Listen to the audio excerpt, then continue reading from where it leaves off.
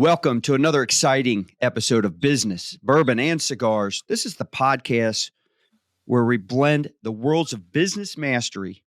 Every now and then, we work in a fine bourbon and the art of enjoying a good cigar. I'm your host, Scott Joseph, and today we're delving into the realm of franchise mastery. Joining us is a true leader when it comes to franchising in the franchising industry, Greg Mohr. Greg's journey from microelectric circuit engineer. Can't wait to ask him. I don't even know what's involved in that. I can't wait to ask him. But to CEO and founder of Franchise Maven is nothing short of inspiring. His expertise and his insights help people who are looking for financial freedom through franchise ownership.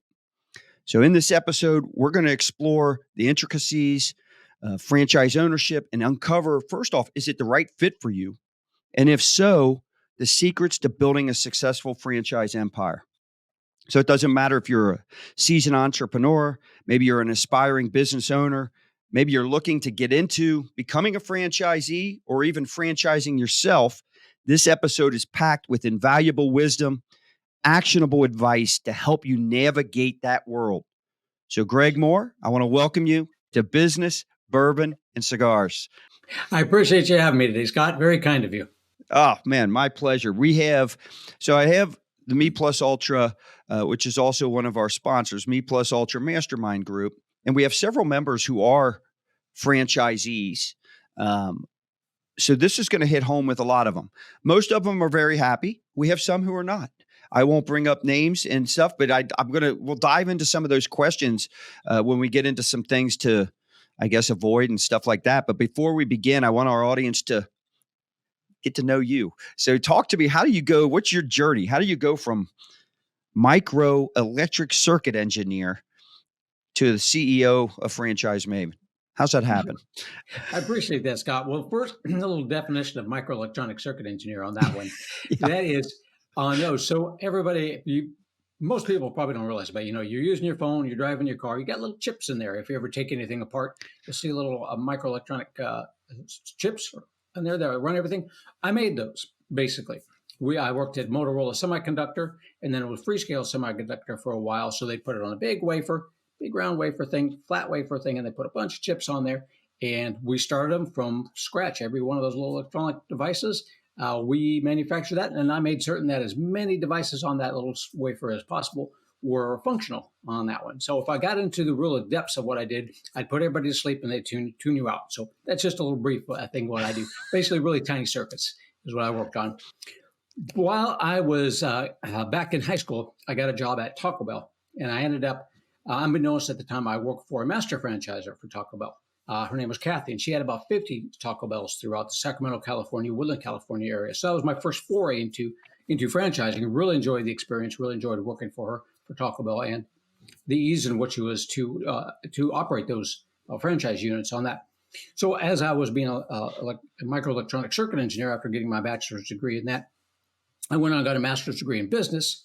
And when I got my master's degree in business, I also read Robert Kiyosaki's book, Rich Dad, Poor Dad, on that one, which I'm sure a lot of people out there listening to have heard of that one.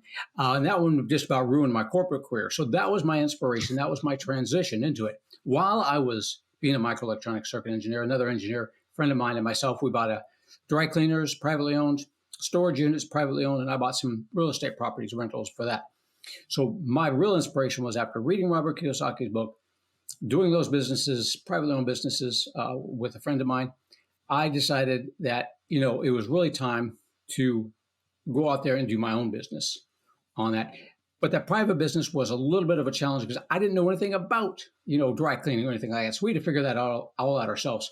So the inspiration was between Kathy, really helping me out, managing her restaurants and franchising, really realizing what franchising was all about.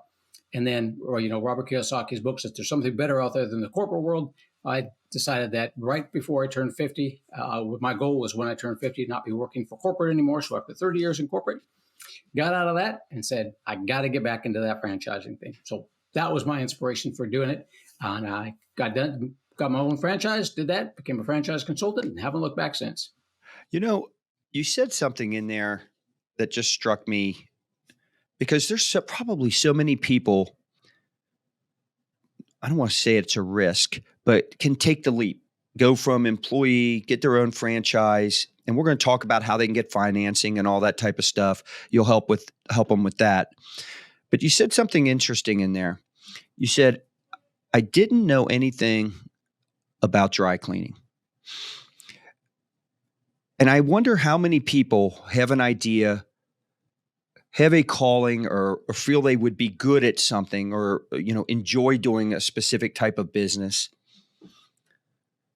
that let that lack of experience or knowledge stop them. And and as soon as you said it, I thought to myself, you know who else didn't have any experience? Henry Ford didn't know how to build cars either. But somehow that worked out pretty well for him. And so it's about, there's so many people out there like yourself who are willing to share their expertise and their knowledge. You just got to ask and find those people and surround yourself with the right people, which I'm sure you did in the dry cleaning. And let's talk a little bit about that before we go a little bit further. So you're in this dry cleaning business, you know nothing about it. How did you get up to speed to be able to grow that? Basically, what I look for is business organizations that were in the city over in Austin, Texas, that we had the dry cleaners in. So I got together with business owners in there. The SCORE chapter, SCORE, is a good one to get into. They'll also help you out with picking out a business, but they're good people that they know other people. It's a free experts. Take advantage of those. Chamber of Commerce, so I work with them, finding out, who supplied the necessary items for dry cleaning as far as, equipment maintenance, chemicals, discharges of chemicals, what the laws, regulations were. So I just found the people that were a lot smarter than I was about dry cleaning thing. My engineering friend and I did. And we just networked as much as we could, talking to people about it, talking to people that had owned dry cleaners before, and other people that own dry cleaners that weren't necessarily in our area, so they weren't our competition out there. But really, just you got to go network. You got to talk to people that are experts that know more than you on that. Always surround yourself with more people, people that know more than you do about a certain topic on that. You can learn a lot, and everybody helps each other out. I remember when I started my first business, I was 22 years old, J&L Marketing, and the people closest to me, who only wanted the best for me and wanted to protect me, I guess, advised me against it. What do you know about running a business? I said, nothing. I said, but I know how to sell and I can learn the rest. And it worked out well. So let me ask you this. Let's go right out of the gate, and then we'll dive into what you should be doing and how to do it and all that. But who are the right people and who are the wrong people for franchising? Great question, Scott. Right people for franchising. Pretty simple on that one. One, you got to be coachable, because you're going to get a coach and they're going to help you out. You got to be able to follow a system and process on that. Those are the two main things that you're looking for in a franchise system. As you indicated before, you didn't know anything about what you're doing. You don't necessarily have to know anything about that industry that you get into. They will teach you. You will learn along the way. You will get to know that industry. You will get to know that industry before you get involved in a franchise and sign on the dotted line, because you'll talk to many different franchisees along the way who will then tell you all about the industry, and together we'll get that done as well. But coachable, you got to follow a process. Those are the people they're the best ones at it. If you can do that, you're good to go. People that aren't, I would say, are people that really like to do things themselves, that really don't want somebody else, giving them that plan or telling them what to do on a regular basis. It doesn't mean that franchising, you can't be creative. You can. That's how franchises grow, is from their franchisees saying, let's try something different, and them letting them do it to see if it works, whoever wants to take that risk. But that's not what you get into for a franchise, the main reason that you get into a franchise. So people that don't want somebody else telling them what to do, that have their own ideas, their own plans, probably not. Young entrepreneurs that, just got a lot of energy, just want to go out there and great, they want to do it themselves. A lot of those I have a little bit of a challenge with. My older entrepreneurs who have done it many times before, built their own business, they're great, because they're like, no, I don't want to go and start another business again myself. I know how much work that takes. I want to just step right into a plan and just get that, hit the ground running and go for it. That's interesting because a seasoned entrepreneur, um, you touched on when you started with the dry cleaning, getting to know, who do I go to and who are the resources I can get for the knowledge of like different suppliers, vendors, and so be it. But the other side of that is, and a seasoned entrepreneur, especially a highly successful one, will know this.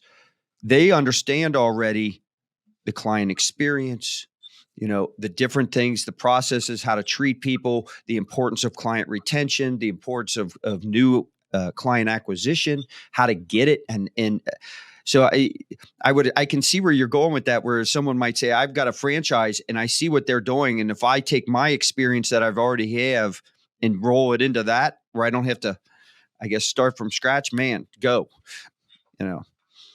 And I do know. Um, I am friends with a local person here. I live in Louisville, Kentucky. And so obviously a big college basketball town, and a former University of Louisville basketball player, Junior Bridgman, ex NBA player, but crush it. He makes more money now um, outside of what he did in the NBA. And he just owns a ton of Wendy's franchises. I don't even know the number. It's very high.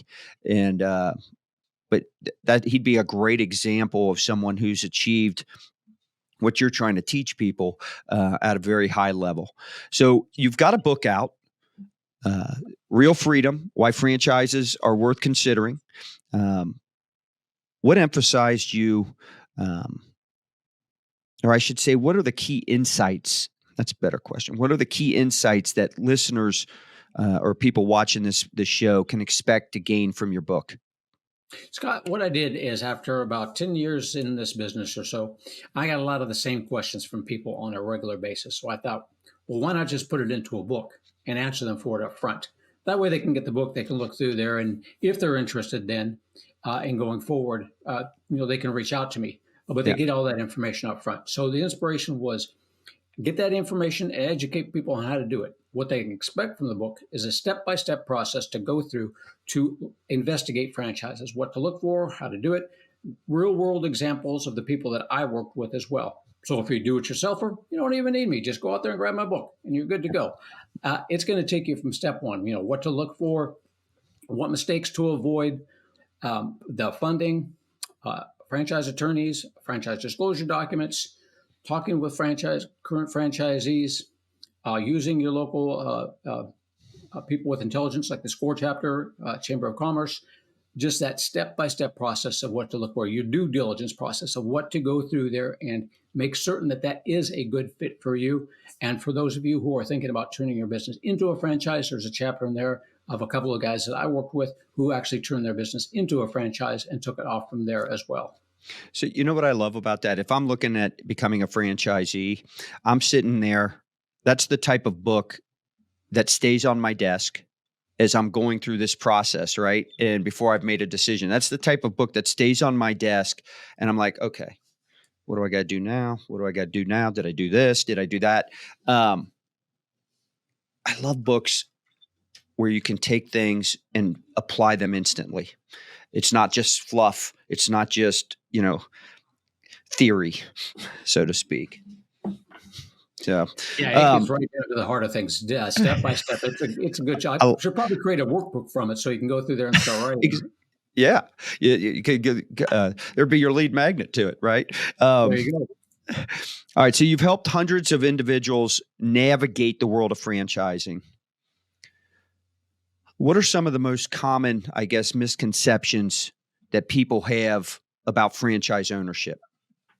It's interesting, Scott. I get a lot of people for the first time that have always thought about franchising, but never gotten into it.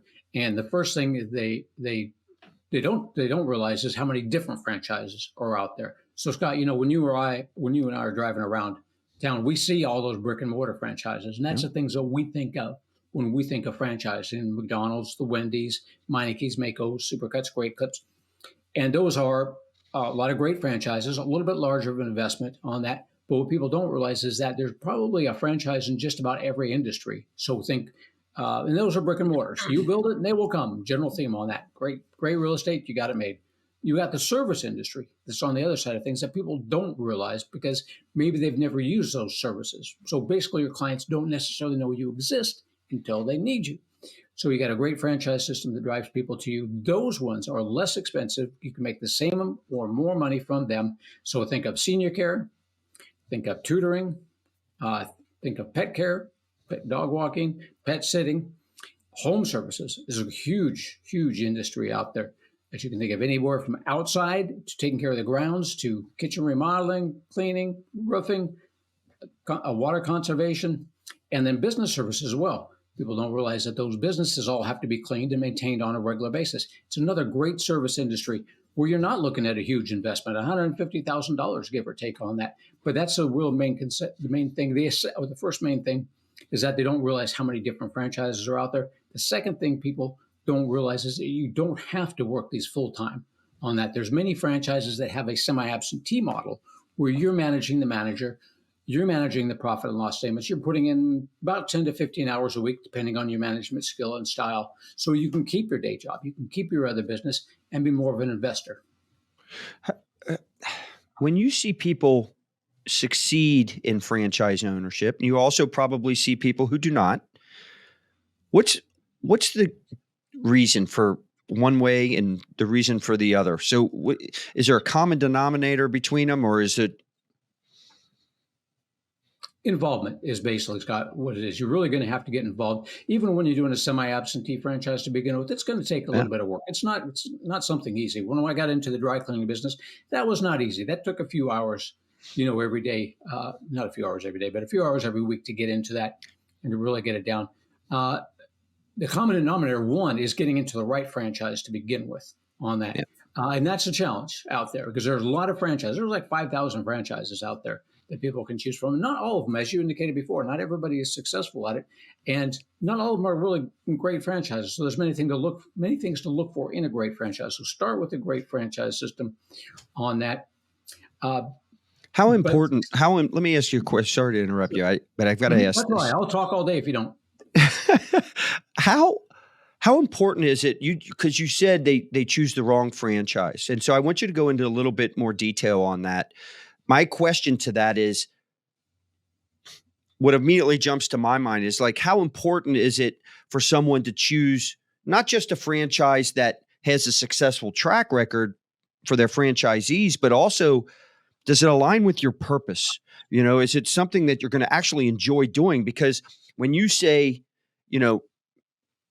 being involved, I'm sitting here thinking, well, if it's not something I enjoy, no matter how profitable, I'm going to be less and less involved as it goes on, which could obviously lead to a downfall.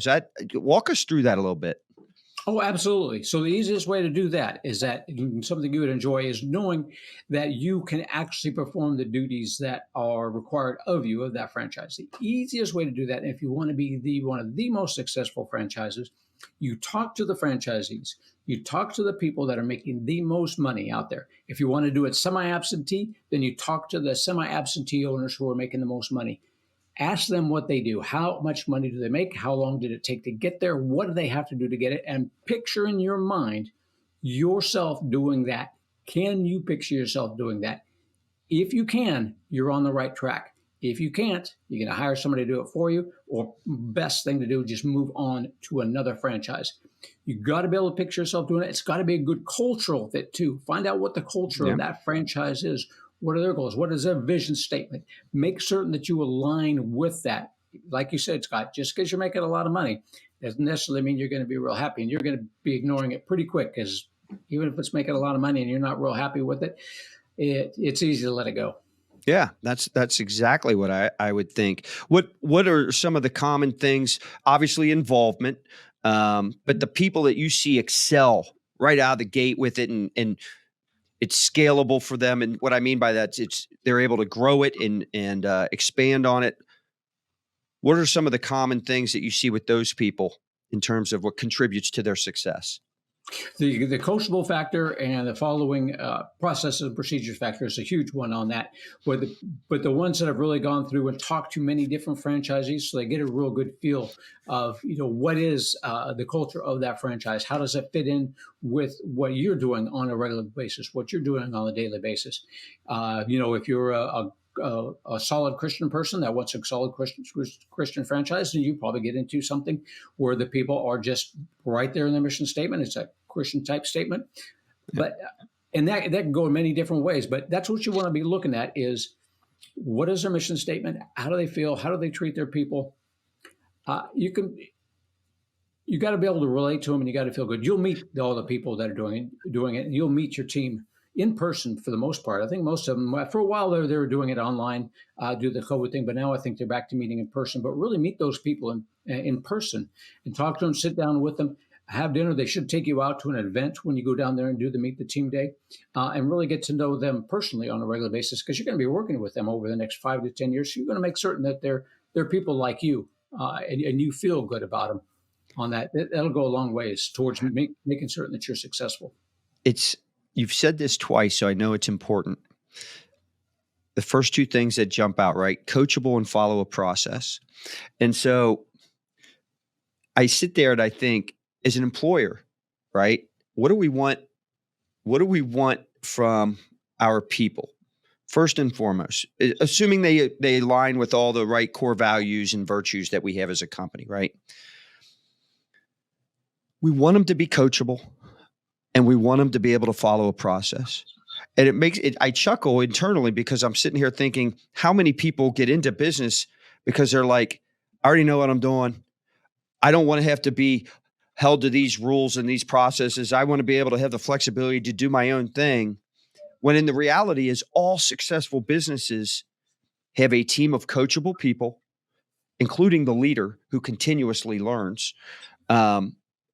And they set up processes that make them more efficient, more productive, higher quality, deliver a better client experience, whatever that might be. If you don't have those processes, I've got a good friend, good business consultant who likes to say, if you've got 30 salespeople or 30, customer response members, team members, and you have no process, you've got 30 processes. And so it's impossible to manage that. It's impossible to lead that.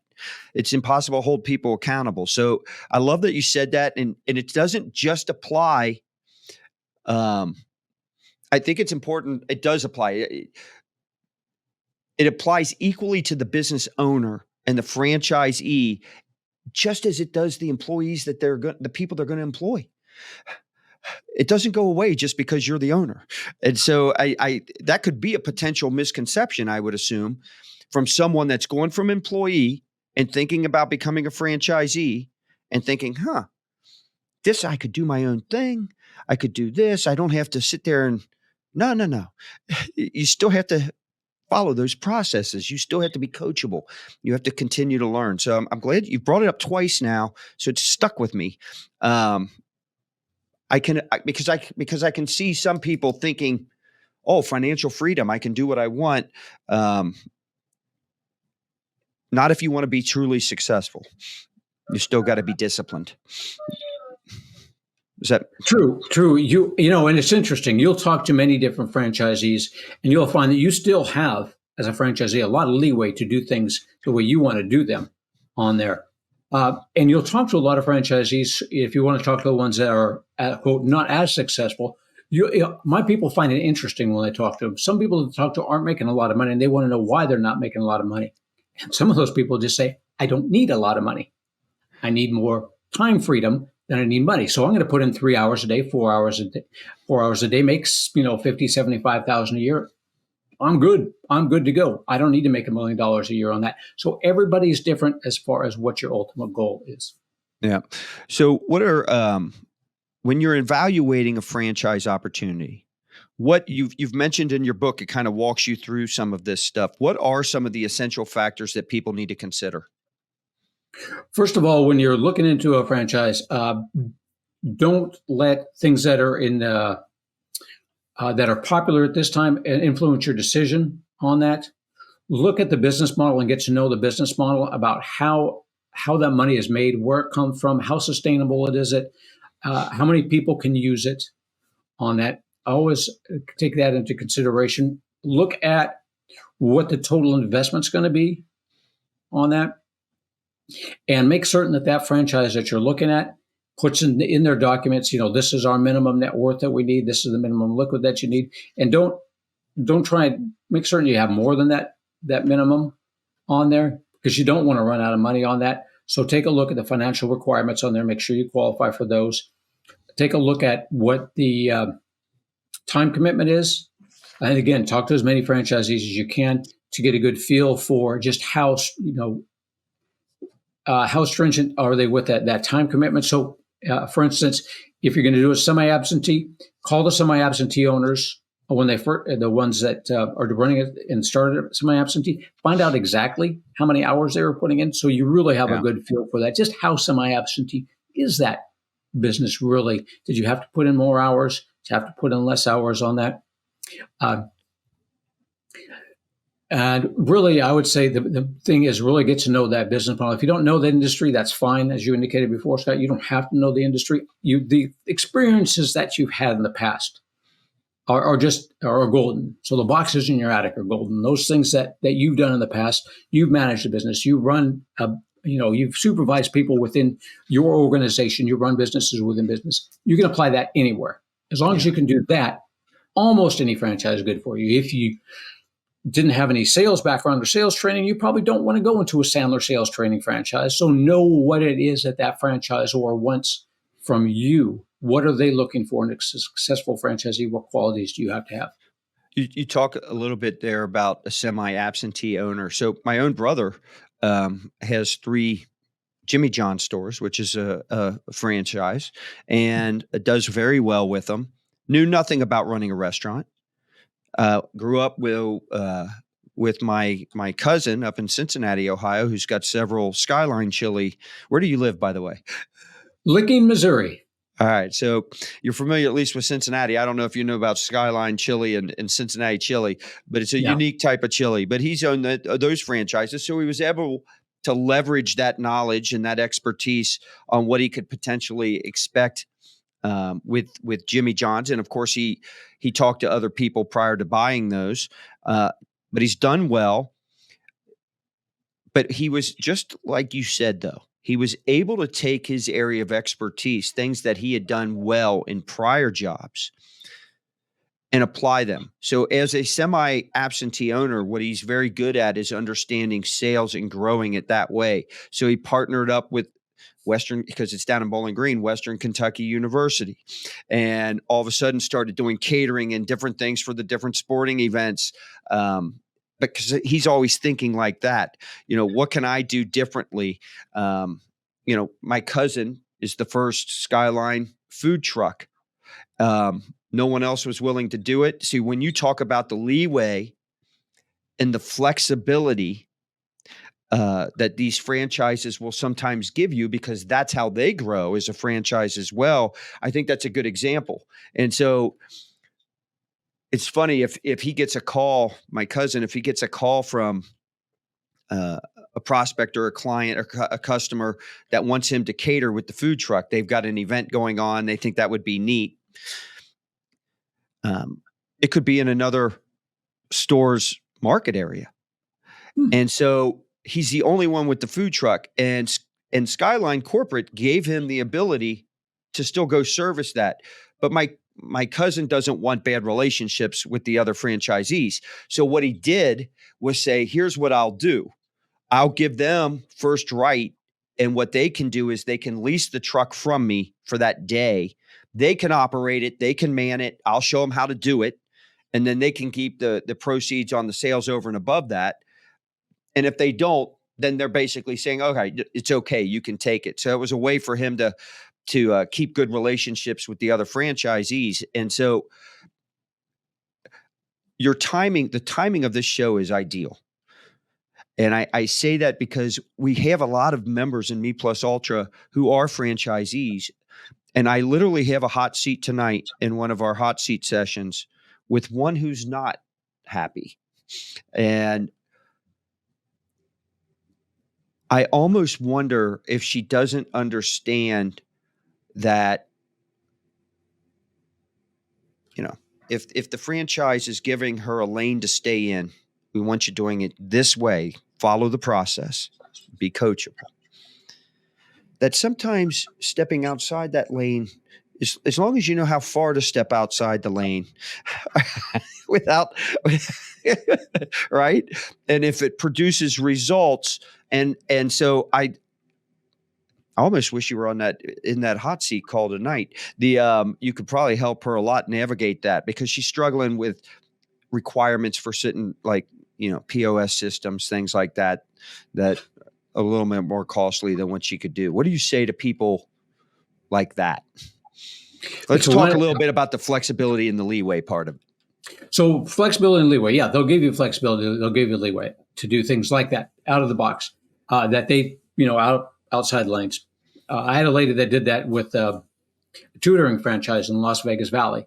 She was a vice president in the hotel industry over there. And she said, you guys, when she first started, she said, you folks aren't, hitting up the hotels and motels. I think that'd be a great option for it. And they're like, we've never done it before. Don't know how that would work, but you go right ahead if you want to give it a try. She didn't work. So she went back to their way of doing things on that.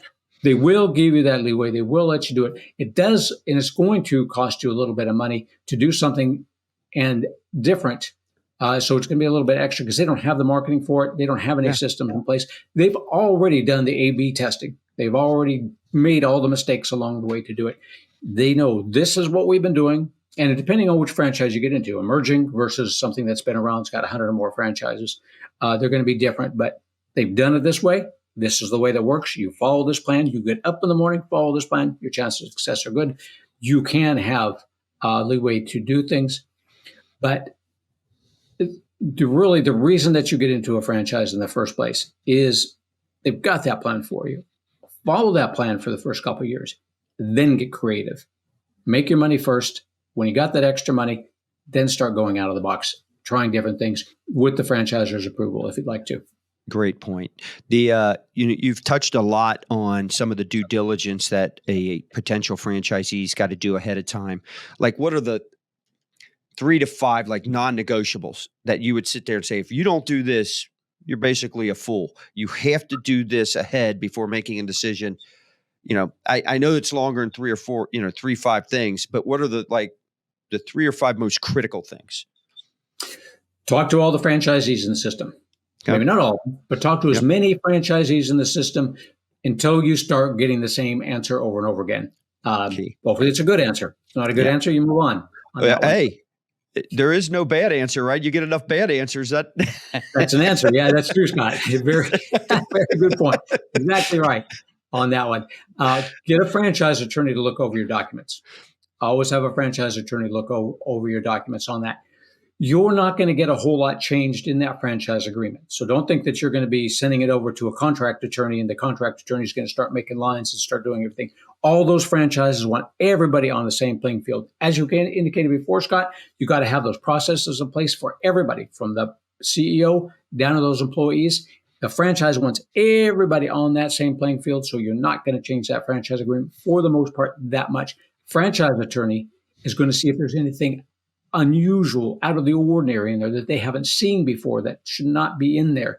And mostly, they're going to let you know what you're getting yourself into and making certain that you're okay with that on there. So go through the franchise disclosure documents, or another thing that you need to make certain that you go through pretty thoroughly. You'll be doing that with the franchise development people that you're doing that. That gives you the background of the franchisor, any litigation in there, any bankruptcies, the number of franchisees who are currently operating the system, the number of franchisees who started and are no longer operating the system. Pretty easy math to do the success rate on that one. We'd like to see 85 or 90% or better on that. So go through that FDD quite thoroughly with the franchisor and with your franchise attorney. Talk to as many franchisees as possible, again, until we get the same answers on that, and really get with that franchise attorney and make certain you know what you're getting yourself into and making certain there's nothing unusual in that franchise agreement. I would imagine that you're going to know better than me on this. My guess would be there's a group of people, a pretty decent percentage of people that feel they could do a good job franchising. Probably a little scared because it's not something they have a lot of experience or any knowledge on at all. So hopefully this show helps in that area. But then the next hurdle would be like, well, it's going to cost me 50,000, 100,000, 200,000, whatever. How do they get through that? Like, share some stories or some examples of how they can get this financing, how they can make it work financially for them right out of the gate. Great question, Scott. That's a lot. Another one that people don't know a whole lot about on that. So basically, you've got two areas of financing that you can get into: other people's money, your money. On that one, I would say a lot of my investors love using other people's money as long as the investment services a debt, they're good to go. So basically, what you'd be looking at there, if you have a brick and mortar type place where there's a build out, you'll maybe go the SBA route. You get a 7A loan. If it's $400,000 or $500,000 for the total investment, you'll need to come up with about $20,000 cash, about $100,000 down. The bank takes care of the rest on that one. Franchisors are easy to get funding for because they've got that proven record of success. So define easy for people. About a month to go through the process of getting a loan for that with my SBA team. And I've got a few different people that do. So I've got people that work with just or mostly just. Let me rephrase the question. Okay. Let's say I want to become a franchisee, Mm-hmm. but I have no experience. I've been a great employee. I've earned, I don't know, let's say $75 to $120,000, $150,000 a year as an employee somewhere. Mm-hmm. I've been on the job for 10 years, but you know what? I want to do my own thing. I want to go own a franchise. I don't have the cash saved up because I've got kids. I've got all kinds of other financial responsibility, mortgages, car payments, whatever. Mm-hmm. How does that person with zero experience running a business, is it easy for that person? Yes. Okay. It is. Because that franchise has a proven track record of success. Not only success, when people think success, it's a successful business, it makes a lot of money. That's one. The other area of success that those franchises have that the banks look at is how well they can determine who makes a good franchisee. So when we talked about the franchise disclosure documents, the number of people running it versus the number of people not running it, 85, 90% success or better. That's the other success that they're looking at. So that they know that franchisor, when they pick you for a franchisee, they know that the franchisor has done this before, and chances of you defaulting on the loan or going bankrupt are really low. So they're trusting the franchise's vetting process, knowing that they do if it's a good franchise, they know they do a good job vetting the people. Exactly right. Exactly right. So basically what you need, bare essentials, is I would say about a $200,000 net worth. Okay. And about $20,000 cash. Okay. That would be service industry. Service industry is around $150,000, give or take on that. Now we're still talking about other people's money. We haven't got into your own money yet. Still talking about other people's money. $20,000 down will get you an SBA Express loan for about $150,000, $200,000. And with the $200,000 net worth, you can get into quite a few different service type industry businesses on there. So what type of interest rates are on those SBA loans? Basically, like if you were to buy a house, something like that. I don't know exactly the numbers right off the top of my head, but basically similar to buying a house. So they're comparable. All right. Pretty comparable, pretty good. Okay, so bare minimum, $200,000 net worth, maybe a little bit less, but that's a good starting point. But $20,000 cash to get you that SBA Express loan, we can get you into a franchise. If you want to use your own money on that, if you have a 401k or an IRA, a 401k has to be from a previous employer. You can do what's called a rollover into a self-directed 401k plan. That's where you can buy stock in any corporation you want to. You will create a corporation, your own C corporation, and then you will invest or buy stock in your C corporation. That's what I did to start my business. It's great. Sounds complicated, but it's absolutely very simple. Again, I have people that do specifically that for you. It costs about $5,000 to do it. So it's good to have, 50, 100,000 or more in that 401k plan to make it economically feasible for you to do. the company that I worked with and the companies that the other companies I have will do all the paperwork for you, making certain that you're in compliance with the IRS. Do all the paperwork, most of the paperwork for you. You just have to fill out a few little things, but you don't go into debt that way. There's many good things and bad things about going that route. Mostly it's a personal decision about using your retirement money to fund your business. Yeah. I believed in myself and I believed I can do it. So I said, the money's just sitting there. I may as well invest in myself and do it. And it worked out. So you just create a checking account with your, my corporation was called Mohr Inc. Yeah, very creative there on the naming on that. But you just create Mohr Inc. C corporation. Then my funding people take care of the rest. Get that 401k rolled over. Mine went into, I think, Charles Schwab. Schwab handled all that good stuff. And then basically, and I actually got little stock certificates that I had to fill out and saying that I've got my stock certificates now. And then you just transfer the money from the 401k, basically buying stock when you transfer it to your C corporation's checking account, and then you issue your stock certificate. It was pretty cool. Good way to do it if you don't want to go into debt. Got to believe in yourself. Definitely a personal decision. I love your name. It's spelled Mohr, but I love the way it sounds as it applies to business more. So, but it's interesting you said something, because I love this part of the show right here, because to me, and tell me if I'm wrong, I mean, is the financial part probably one of the biggest fears or unknowns that keep people from doing this?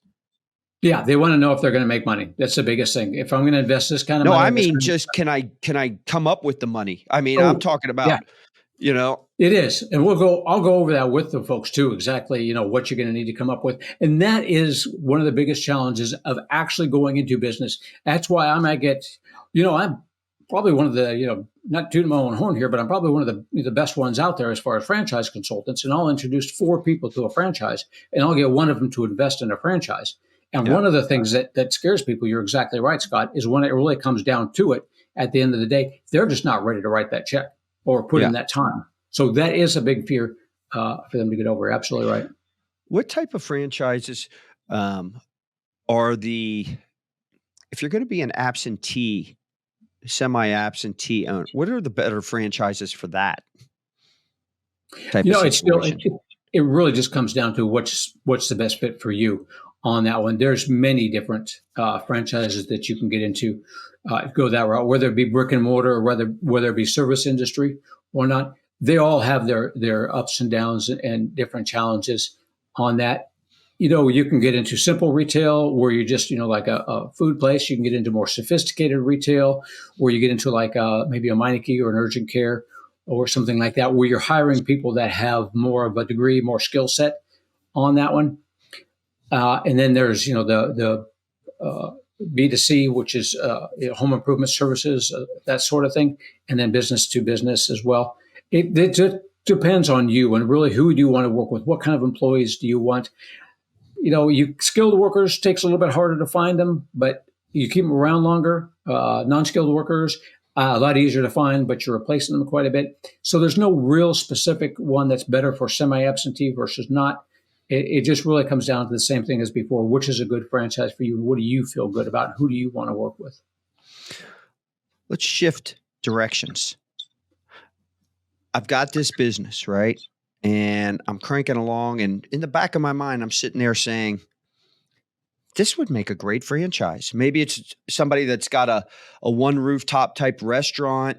It could be a variety of things. And they're like thinking, how do I scale this in a big way? Walk us through that process. Like, what works, what doesn't. I'm gonna let you take this from here, because I mean, this could probably be its own show. So, so but That was walk us good. through that, because there's probably a lot of people that have, it could be a service. You mentioned Meineke. It could be someone that's got a independent repair shop. I mean, and sitting there saying, I've got the right processes. My client retention is outstanding. I do it differently than all these other people. How do I scale it? Right. So how does someone become a franchise? So first off, Scott, what we like to take a look at. So if you have one location and you want to turn your business into a franchise, we can turn your business into a franchise. Simple as that. My people will probably say that, if you just started out and been doing it for 6 months and you come to us and say you want to turn that into a franchise, we'll say, nope. Why don't you come back in a year or so? We want to see some numbers to begin with on that one. So we want to make certain that we're not just going to turn you into a franchise. We want to make certain that when we turn you into a franchise, people will be attracted to you. So what attracts people to you? 1, 6-figure income or better. If your location is doing 6 figures or more, great start on that, because you're going to be taking 5 to 10% off the top of their gross revenue. And you're talking top line or bottom? Bottom line, net, take home pay. Yes. Take home pay, 100,000 or more, 6 figures. Always a good draw for people on that one. You'll get more people interested. You can do that. Secondly, is your product or can your product or services be used in many different cities and states? The more, the merrier on that one. That way, now you have more people that are going to be attracted to you because you can put it anywhere that you want to. Not all franchises are like that. There's a boat rental franchise out there. Obviously, somewhere in the middle of the desert, the boat rental franchise is not going to do so good on that one. So, but we want to make certain that lots of people can use it in many different cities and states. Attracts more people to you, opens up so you can grow better. The other thing is, again, not all of these are absolutely essential. These are just good pluses that will attract more people to you. The other thing is, have you reproduced it already? If you reproduced it and have 2 locations, 3 locations, that's a huge plus. Again, don't have to, just a huge plus that shows people you can reproduce that as well. The people that I work with will put all the policies, procedures, manuals, get you registered in the states that need to be registered in on that. They'll do all that kind of paperwork for you. Those are the 3 things. A good 6-figure. I was going to ask that. Like, all right, so if I'm a business, let's say I'm a one-time or 1, maybe 2 locations, just because you're successful, and there's a lot of businesses out there, the best ones have great processes, they're documented, but there are people that have a good product and can sell that, especially in the early stages of their business, they don't know the importance of documenting processes.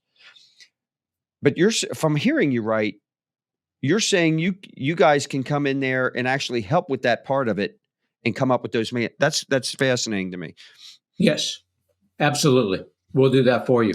If you've got something, like you said, because it's got you as a business owner have got to believe that you've got something that people need and that you do it better than everybody else. My team will take care of the rest. Do you only do that for people wanting to become a franchise, or have you ever thought of doing that for businesses out there that just don't know the proper things to really document? We just work with strictly in the franchising world, Scott. Just okay. You want to become a franchise. I'm just giving you new business ideas. I'm just giving you. Here you go. I'll start my side business, helping people put together projects. I want to go back to something you said on the financing part on the 401.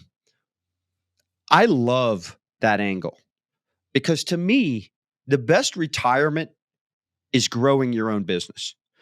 It isn't the 401. It isn't the 401. It isn't all that. Now, if your value system, security is and safety and low risk is real high up on your value system, and we're all different, then maybe not, right?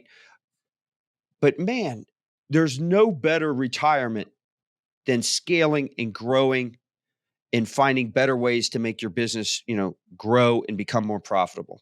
That will outproduce a retirement program every time, because eventually, not only are you making all this money along the way, but you have an asset that then you can sell that becomes far bigger than that 401 would ever be. Yeah, mine grew immensely to do that. And, we're talking about, having to work the business full time, having to work the business semi-absentee. Even if the franchise, requires that you do it full time up front, your goal is to not have that business revolve around you, so you can sell it at any time you want. Yes. If the business does not revolve around you, it is so much easier to sell and so much easier to go on vacation and do the things you want to do. That I have done a good job of that. I started the mastermind group. I had to tell you, I got to the point. So I've got 3 auto dealerships, and I've got, which are franchises, obviously Honda. Love that franchise. And J&L Marketing, which was my first company, which is digital marketing agency and direct marketing. But I worked my way and did a good enough job to where I've got managing partners on all of them. I could walk away and never show up for years. And quite honestly, they'd probably grow faster. So, but what I got to that, so all that's passive income to me in a sense. But what you realize is that's not fulfilling. If you're someone that's ambitious and you're wanting, that's not always what you thought was going to be the end. And like, this is what I'm working towards. You get there and you realize, no, that's not fulfilling to me. Right. So I started this because my purpose, I like connecting people. I love finding people with great vision and maybe a diverse set of skills and thinking, man, these two people should meet and I don't need anything from it. I just kind of like uniting those people and watching the magic happen. And that's why I started this. And I get a lot of joy out of it. But it allows me, if I ever wanted to sell those businesses, to your point, I don't need to be part of the deal because they know if they're ever going to buy those businesses that I'm not contributing to the top or the bottom line of them. Right. And I guess that's the point you're making. And I do get to travel. So, it's nice. Let me ask you this.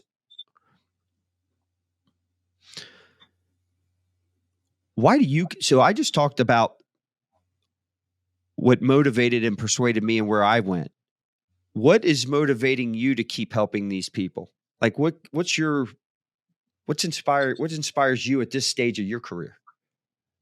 Showing people that there's something else out there besides the 9 to 5, or in my case, 7 to 5 on a regular basis. Showing people that you can do what you want whenever you want. A little bit of sacrifice up front. It was for me getting the business started, getting it going on that. But I really like showing people the options that they have out there to live a different life, to live the life that they feel that they were destined for. What does that do for you when you find? I can see where if I can put myself in your shoes, right? And I'm like, yeah, that would be because you're kind of uniting people too. I mean, exactly. You're uniting, whoever's running that franchise, right, with a potential candidate, and that I could see where that would be super rewarding for you. Is it because of the transformation that happened for you? That's why it excites you to do for others? Yeah. When I got into my franchise, freedom is one franchise away on that one. And I got into mine when I did that, and I thought, this is just the greatest thing in the world. A lot of people say they don't want to buy themselves a job, which you probably shouldn't. I did because I wanted to do everything myself. I'd been a restaurant manager and I had 50 employees, and I was done with that. But the freedom that allowed me to do, I still had to set my own schedule, and I still set my own schedule, do whatever, and do this amount of work each day in order to make this amount of money. But I can do whatever I want, anytime throughout the day. And I thought, this is just great, and make more than I was in the corporate world. I decide how much I want to make on that. And I just thought, this people really need to know it. And it's amazing, as we talked about earlier, how many people don't know how many different franchises are out there. So they have that misconception about what it's all about. So I really love the eye-opening factor. They're like, you can do that? You can do this? You mean I can get a franchise in crime scene cleanup and I can go clean up crime scenes? That's so cool. Yeah. Okay, maybe not that, but wait a minute, I can be a fixer? Yeah. Who knew? Yeah. But just opening your eyes and realize that there are other options out there, and that the knowledge that you've gained throughout the years of doing whatever you've been doing are very useful in opening up and running your own business. Almost anybody can do it. It's just a great option to have. And it's really a great feeling when people get out there and people make Rookie of the Year, or they come back to me 3 years later. Okay, I'm ready. I'm going to sell this one. Let's sell this one and get another one. Or this one runs like clockwork on board. I need another one. It's a great feeling that they're finally doing what they wanted to do. That's awesome. So how do the people watching or listening, how they reach out to you, or if they want to connect with you, what's the easiest way for them? Probably the best way is just to go to my website, franchisemaven.com. That's franchise, MAV as in Victor, EN.com. Email me at greg@franchisemaven.com, or just pick up the phone and give me a call at 361-772-6401. Perfect. What final words or advice or encouragement do you have for the people watching or listening? Always good to have options out there, Scott. Always good to have options. Check out franchising. I'm not going to try and convince you it's the greatest thing since sliced bread, because for some people it is not. Correct. But it's good to have options. Let's look at them. Let's get you educated on them. You make the informed decision one way or the other. Well, and that wraps up another insightful episode of Business, Bourbon, and Cigars. Huge thank you to our guest, Greg Mohr, for sharing his expertise on franchise mastery and providing really invaluable insights into the world of franchising. I think hopefully you walked away like I did with a better understanding, first off, of all the different opportunities are out there, but the barrier to get in, if you're willing to, because it is, listen, no matter what you do, you have to be willing to do what it takes to make it successful. There is no, oh, I can become a franchisor. Now I can just sit back and the money just rolls in. That's not the way it works. But when you find something that aligns with your purpose, like Greg said, and I can speak for myself, we're probably working harder today than we have in the last 15 years, but it doesn't feel like work because it aligns with our purpose, right? If you're willing to do that, man, there's a lot of, and the barriers, the obstacles, the limiting beliefs that you put in your mind that are stopping you, whether it's, oh, I don't know what I'm doing with that. That's not a business I have any experience in, or an industry I have any experience in, or I don't have that cash. I can't come up with that money. Today, Greg gave us a lot of stuff that should tear those obstacles down and show you a path that it can be done. So make sure you visit his website, franchisemaven.com, or give him a call. He gave you his number just a second there. Repeat that, Greg, again, your phone number, if they want to reach out to you. 361-772-6401. Make sure you reach out to him, explore those franchise opportunities, make sure they're tailored to your goals and aspirations. And don't forget to check out our sponsor, Me Plus Ultra, at meplusultra.com for additional resources and support on your entrepreneurial journey. If you enjoyed today's episode, don't forget to subscribe to the podcast and leave us a review on your favorite platform. Your feedback helps us continue to bring you the type of content that's breaking business barriers. So until next time, keep savoring the finer things in life and mastering the art of business with Business, Bourbon, and Cigars. Cheers, everyone.